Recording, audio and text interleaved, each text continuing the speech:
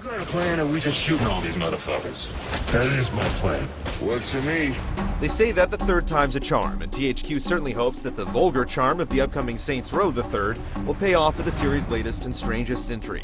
With the latest installment in a series that began as a sort of bizarro world version of Rockstar's Grand Theft Auto franchise, you'll find yourself engaged in another turf war with a new faction known as the Syndicate in the fictional city of Steelport.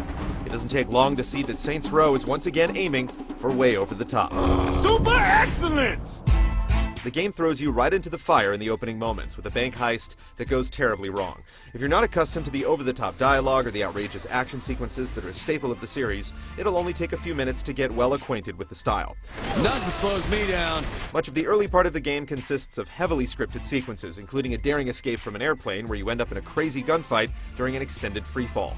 I'm not gonna lie. For a minute, I didn't think you'd make it in time. Eventually, the game settles down and slips into its traditional sandbox format. You'll be able to pick up various missions around the map, but rather than having to haul ass over to a location to receive new objectives, you can simply access new missions from your cell phone. You can also look up just about anything on the device, and convenient GPS functionality makes it easier to find your destination. Missions live up to Saints Row's gonzo reputation with ridiculous premises like breaking into a hideout as a sex slave or driving around town with a live tiger. Who the fuck keeps a tiger? Like previous games, completing each mission nets you cash, weapons, and experience known as Respect. However, Respect plays a much different role this time around. Instead of unlocking new story missions, Respect will enable you to purchase skills each time you level up. Selecting from a wide variety of abilities lets you tailor your character to your preference, whether it's hitting harder, shooting better, or moving faster. Cash still serves as the primary means to purchase new gear or upgrade existing inventory, but the inclusion of these perks gives your Saints Row character a bit more of an RPG feel than before. That's right, you fuckers! We're coming for you! Another interesting element is your ability to make choices that determine the outcome of certain key missions, like deciding whether to blow up a Syndicate-controlled building or keeping it for yourself. You also have control over your looks with the ability to change your appearance, making a return with even more options. You can even customize your gang members, which can be summoned to your aid in certain situations. Put in your tampons and let's do this. However you want to define yourself, there are once again many different vehicles and weapons to select from.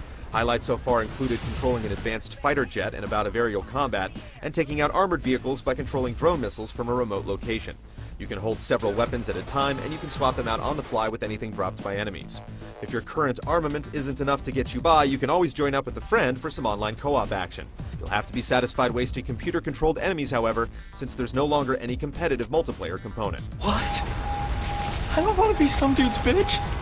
If multiplayer isn't to your liking, there's also a new mode with a colorful name where you have to survive increasingly more difficult waves of enemies while dealing with even more bizarre conditions.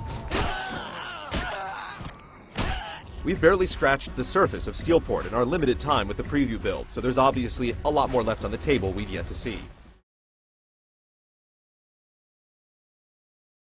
A fucking tiger?